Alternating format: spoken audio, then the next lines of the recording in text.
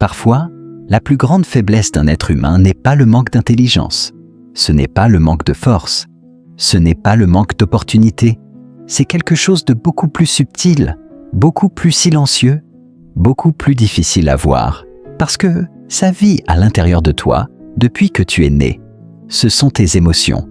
Depuis l'enfance, on t'a appris à les écouter, à suivre ton cœur, à faire confiance à ce que tu ressens. Tes parents te le disaient, tes professeurs te le répétaient, les films que tu regardais te le confirmaient. Écoute tes émotions. Elles sont ta boussole. Elles te rendent humain. Elles sont ta force. Et si cette idée n'était qu'un mensonge confortable? Pas un mensonge malveillant, pas une conspiration, juste une vérité incomplète, une moitié de tableau qu'on t'a présenté comme s'il s'agissait du tableau entier. Parce que l'autre moitié, personne ne t'en a parlé. Il y a plus de 5 siècles, un homme vivait dans un monde infiniment plus brutal que le nôtre. Un monde de guerre constante, de trahison politique, d'alliances qui se formaient le matin et s'effondraient le soir. Un monde où les erreurs se payaient avec la vie. Dans ce monde, cet homme observait. Il regardait les puissants tomber. Il regardait les faibles monter. Il analysait les comportements humains avec une froideur que beaucoup trouvaient dérangeante. Et il en tirait des conclusions que personne n'osait dire à voix haute. Cet homme s'appelait Niccolò Machiavel. Et ce qu'il avait compris était simple, presque brutal dans sa simplicité. Les personnes qui perdaient étaient presque toujours celles qui se laissaient guider par leurs émotions. Pas celles qui manquaient de talent, pas celles qui manquaient d'ambition, pas celles qui manquaient de ressources, celles qui réagissaient au lieu d'agir, celles qui se défendaient au lieu d'anticiper, celles dont le cœur prenait les décisions que leur tête aurait dû prendre. La colère les faisait parler trop vite, la peur les paralysait au mauvais moment, la fierté les rendait aveugles à leurs propres erreurs, la compassion les exposait à des personnes qui n'en méritaient pas autant. Et pendant qu'elles réagissaient avec leurs émotions, quelqu'un d'autre réfléchissait avec sa tête et gagnait. Ce n'est pas une leçon d'histoire, c'est ton quotidien. Pense à la dernière fois que tu as envoyé un message que tu as regretté, la dernière fois que tu as dit quelque chose en colère et que tu as passé des heures, peut-être des jours, à essayer de réparer les dégâts. La dernière fois que tu as pris une décision importante basée sur ce que tu ressentais à cet instant précis et que cette décision s'est révélée être une erreur. Ce n'était pas un manque d'intelligence, c'était une émotion qui avait pris les commandes. Et la différence entre quelqu'un qui réussit et quelqu'un qui stagne n'est pas toujours une question de talent, ni de chance, ni même de travail, c'est souvent une question de maîtrise émotionnelle. Voilà pourquoi Machiavel reste pertinent aujourd'hui, 5 siècles plus tard, dans un monde de smartphones, de réseaux sociaux, de négociations d'entreprise et de relations personnelles complexes. Parce que la nature humaine n'a pas changé. Les mécanismes qui te font réagir émotionnellement aujourd'hui sont exactement les mêmes qui faisaient réagir les généraux et les rois de la Renaissance. Le cerveau humain n'a pas évolué assez vite pour s'adapter à la modernité. Tes réactions émotionnelles sont encore celles d'un être dont la priorité absolue, il y a des milliers d'années, était de survivre. Un bruit dans la forêt, une menace dans le regard d'un inconnu, un mouvement soudain dans l'obscurité. Face à ces dangers, réagir vite sans réfléchir, c'était survivre. Mais aujourd'hui, ce même mécanisme primitif se déclenche pour un commentaire négatif sous une publication, pour une critique de ton travail lors d'une réunion, pour un message laissé sans réponse par quelqu'un que tu apprécies, pour une remarque qui touche ton ego. Et soudain, sans que tu le choisisses vraiment, ton cerveau se met en mode survie. La colère monte, la poitrine se serre, les pensées s'accélèrent et se rétrécissent en même temps. Tu vois moins d'options, tu penses moins clairement, tu veux attaquer ou te défendre, immédiatement. Et dans cet état, tu deviens exactement ce que Machiavel décrivait, prévisible. Ce mot est beaucoup plus dangereux qu'il n'y paraît. Prévisible signifie que quelqu'un qui te comprend peut anticiper tes réactions. Il sait quels mots utiliser pour te mettre en colère, Il sait quel sujet toucher pour blesser ton orgueil. Il sait quelle peur activer pour diriger tes décisions. Il sait comment te pousser à agir contre tes propres intérêts, tout en te faisant croire que c'est toi qui décides. C'est terrifiant, parce que ça se passe rarement de manière consciente et visible. Ça ne ressemble pas à une manipulation. Ça ressemble à une conversation normale. Ça ressemble à un désaccord ordinaire. Ça ressemble à une situation que tu gères. Sauf que tu ne la gères pas. Tes émotions la gèrent à ta place, et pendant ce temps, une personne plus calme observe. Machiavel avait étudié des dizaines de dirigeants, des princes, des généraux, des papes, des ambassadeurs, et ce qui l'avait frappé, ce n'était pas leur intelligence supérieure. Ce n'était pas leur force physique, ce n'était même pas leur cruauté. C'était leur calme, les dirigeants qui duraient, les stratèges qui gagnaient, les négociateurs qui obtenaient ce qu'ils voulaient. Ils partageaient presque tous une caractéristique commune. Ils ne réagissaient pas immédiatement. Ils écoutaient, ils observaient, ils attendaient, et quand ils décidaient d'agir, c'était au moment qu'ils avaient choisi, pas au moment que les autres leur imposaient. Imagine deux personnes dans un conflit. La première réagit dès la première provocation. Elle parle, elle se défend, elle contre-attaque. Elle montre sa frustration. Elle veut avoir le dernier mot. Elle veut prouver qu'elle a raison maintenant, immédiatement. La seconde marque une pause. Elle reste silencieuse quelques secondes. Elle laisse l'autre parler. Elle écoute non seulement les mots, mais aussi le ton, les émotions, les non-dits. Elle observe. Qui contrôle cette situation?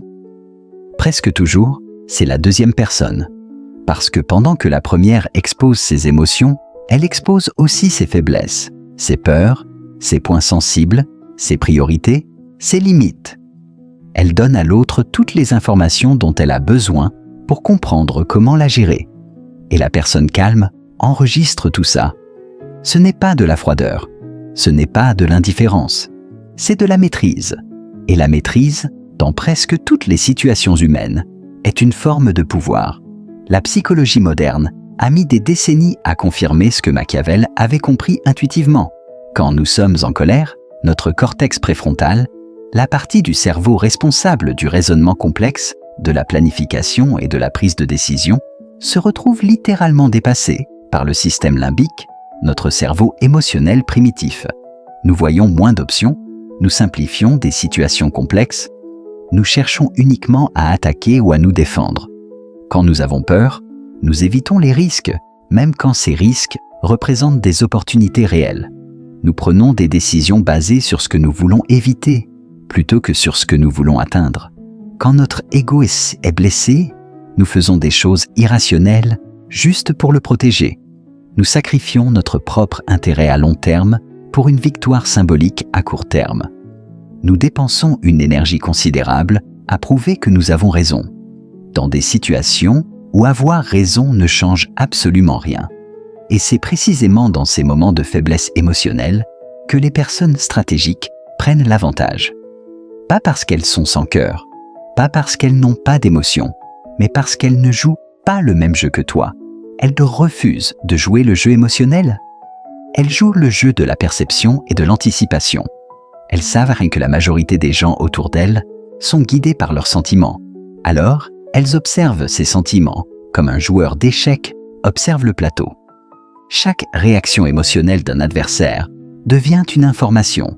Chaque frustration visible devient une faiblesse exploitable. Chaque explosion de colère révèle une priorité cachée, une peur profonde, une limite que tu n'avais pas encore énoncée. C'est pour cela que les provocations fonctionnent. Quand quelqu'un te provoque, dans une discussion, dans une négociation, dans un conflit, il ne cherche pas nécessairement la vérité. Il ne cherche pas toujours à avoir raison. Parfois, consciemment ou non, il cherche ta réaction. Parce que ta réaction lui dit tout ce qu'il a besoin de savoir sur toi. Si une simple critique te met en colère, il sait que ton ego est fragile dans ce domaine. Si une question sur tes finances te met mal à l'aise, il sait où se trouvent tes insécurités. Si une remise en question de tes choix te pousse à te défendre avec intensité, Il sait quelle décision tu n'assumes pas encore complètement. Tu penses que tu te défends, en réalité, tu te dévoiles. Et plus tu réagis vite, plus tu te dévoiles rapidement. Machiavel avait observé ce mécanisme dans les plus hautes sphères du pouvoir. Des rois qui perdaient des guerres parce qu'ils avaient en laissé leur orgueil décider à leur place. Des généraux qui envoyaient leurs armées dans des pièges parce qu'une provocation habile les avait forcés à attaquer trop tôt. Des diplomates qui révélaient leur position réelle parce qu'une remarque calculée avait déclenché une réaction émotionnelle incontrôlée. Et ces mêmes dynamiques se reproduisent aujourd'hui, dans une salle de réunion, dans une conversation difficile avec un proche.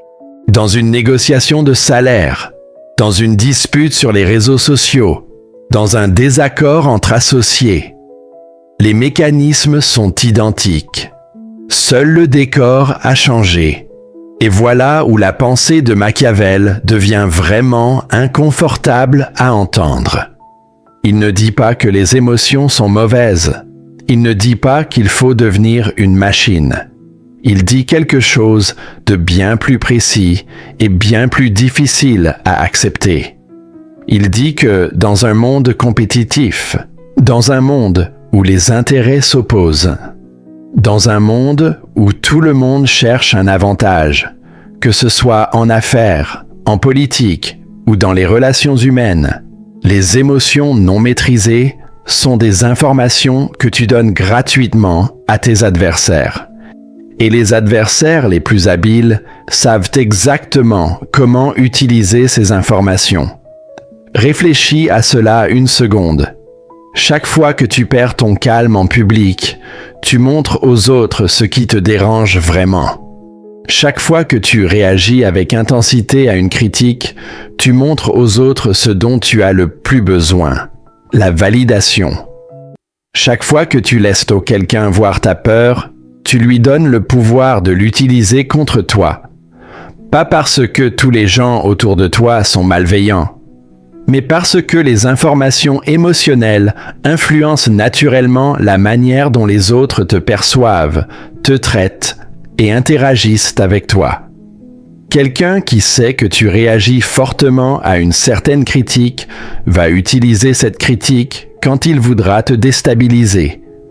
Quelqu'un qui sait que tu as peur de perdre une opportunité va jouer sur cette peur dans une négociation. Quelqu'un qui sait que ton ego est sensible à un certain sujet va toucher ce sujet quand il voudra prendre l'avantage. Et toi, tu penseras que tu vis une situation normale, une conversation normale, un conflit normal, alors que les règles du jeu ont été définies bien avant que tu ouvres la bouche. Machiavel avait une phrase qui résumait cette idée mieux que je ne pourrais jamais le faire.